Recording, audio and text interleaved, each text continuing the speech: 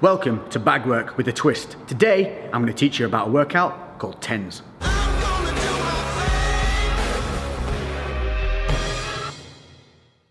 So what's up guys, and welcome to something a little bit different, and this is a heavy bag reps workout. Now what do I mean by that?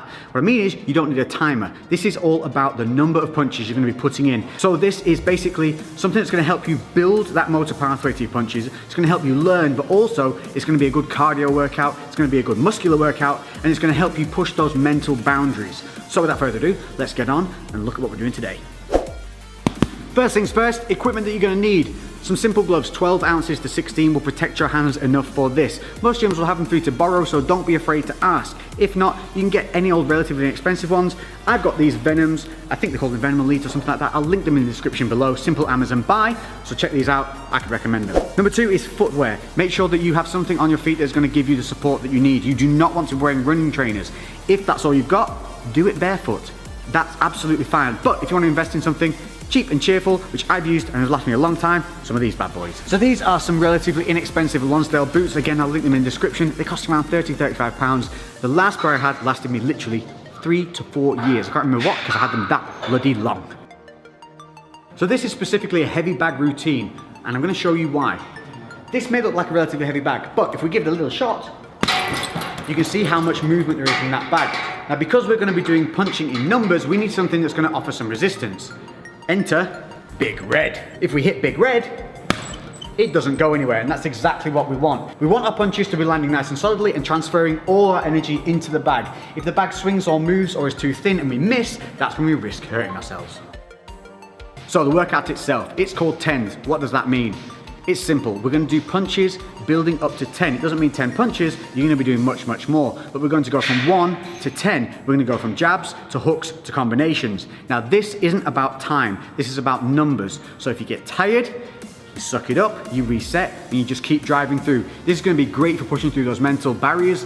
Often, the body can keep going, but the mind quits. This type of training will help you push through those mental barriers and let you know that the body can keep going even when you feel tired. Additionally, this is going to help you build those motor pathways for learning to throw those punches correctly, because this one, again, is not only about time, it's not about speed either. So, we're looking to get some good connections with the bag, we're looking to think about what we're doing with every punch, and we're looking to get better as time goes on.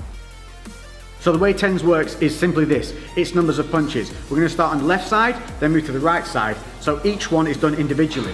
You're going to start with a single jab, then you're going to do 2 jabs, then 3, all the way up to 10. Then switching to the right side, we're going to start with the straight right, 1, all the way up to 10.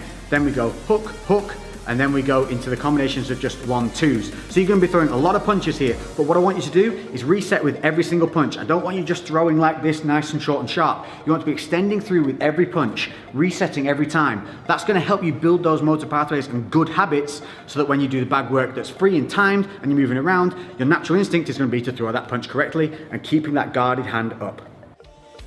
Now, if you're new to the bag work, or you just need a little bit of a reminder, I'm constantly reminding myself to do things, that's the only way we learn. Let's just start with the foot placement and how we should be throwing these punches. So, taking a look at the feet. Front foot wants to be planted, back foot wants to be slightly elevated. We're going to be rotating our hips through the punches, and we drive through that back foot. So we want to avoid is leaving the floor at any time. A lot of people have a tendency to jump whilst punching. So we want to stay planted, we're going to roll through. I'm right-handed, so my left side is my lead side. If you happen to be southpaw, obviously your right side would be your lead side, and that would be your lead leg. But for me, left leg is a lead leg. From here, I'm going to keep my hands up high, keeping my guard, and you can see my left shoulder is further forward than my right shoulder. So we're not standing square on. From here, what we're going to do is we're going to throw the punch out, we're going to roll the hips through, we're going to keep this right hand up, and then we're going to return back in a straight line to the chin.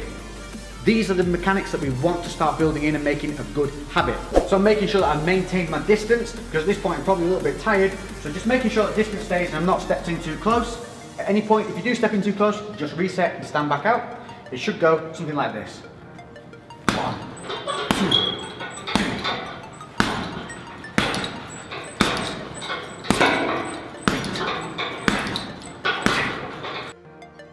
So moving on to the straight right.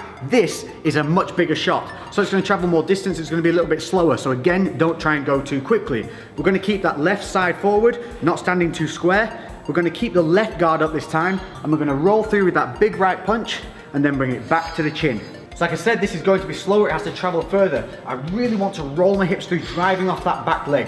So, the right one, keeping that distance, making sure that you've got that range, coming through, bang, bringing that left hand up to guard. So as you come through, get in the habit of just popping that left hand up. So when we're throwing them in multiples, slow it down, make it count.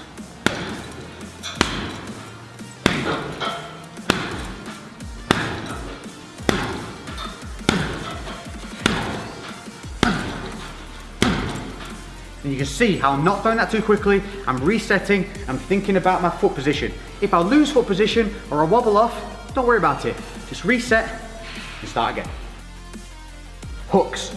Now there's a couple of different ways of throwing hooks, but we're going to concentrate on the close and personal hook. If you're further away and you're on the bag work, just a quick one, make sure that you are rolling the knuckles over as you throw from distance. We're going to stay quite close to the bag, this kind of distance.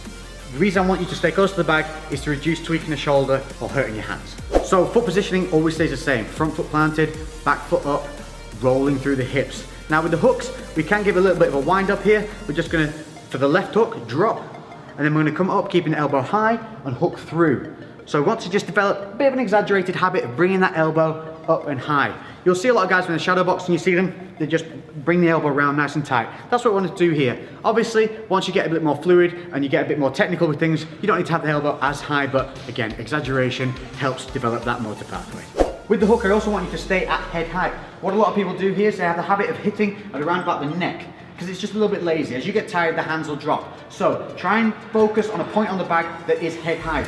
From there, you're just going to roll in, boom, hit that punch. As soon as it lands, you're going to bring it back to the chin. And remember, we want to whip through with the hips. So give it a real nice little and spin on that back foot, really drive through, push the hips all the way around. Again, slow it down, make them singular punches, resetting defenses each time.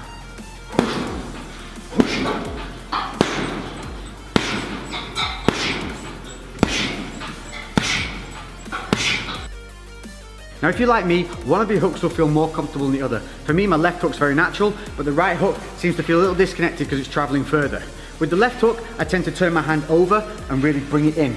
With the right, I tend to like to punch up close with the hand like this rather than this. So I'll come in with the right hook like so. For me, it just connects better and it feels more natural. But if keeping the hand turned over feels good to you, that's going to help you keep the elbow up. So whichever way you do it, just think about remembering to keep that elbow nice and high, keeping the other side guarded, as always, to keep the elbow nice and high.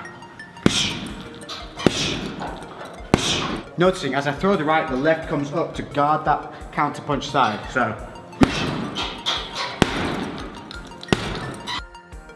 So by now, the sweat should be flowing, you should be feeling it in the lungs, and we're gonna move on to a 1-2 combination. Nice and simple. So for this, you're gonna be doing one punch straight after the other. You're gonna be coming in with a jab, then rolling back through with the straight right. So you'll have seen this often, a lot of people do it on pads and with the mitts, but what we don't want to start doing is those habits of bringing the hands down and rolling them under, or starting to stunt our punches. So again, slow it down, really reach, pop, pop, reset, pop, pop, reset. Now we're going to be going 1-2 counts as 1 rep. To stop with confusion of the numbers, simply count your right punch. So with every 1-2, this is going to count as 1, so it'll be 1, 2, 1, 2, 3, 4, 5, 3. Make sense? It looks something like this. Always keep the hands up as well. As you get tired, your hands are going to want to drop. So don't let that happen. So here we go. 1, 2, 3. Always counting that right hand. So now when I get to 4, it's actually 8 punches. And I'm only going to count the right. 1, 2, 3, 4. So by the time you get up to 10, you're actually going to be doing 20 punches. So there you have a nice variable that is an untimed, great workout using the heavy bag that's going to help you build that motor pathway. It's going to seriously work the muscles of the triceps, the back, the core. Make sure that you're driving through your legs. Make sure that guard stays up. Don't let the hands drop. Break those mental boundaries. I've been Lex. If you've enjoyed this, make sure to hit that like button. Comment below with anything else you'd like to see on the bag or any questions you might have. And I'll catch you guys in the next episode. I'm out.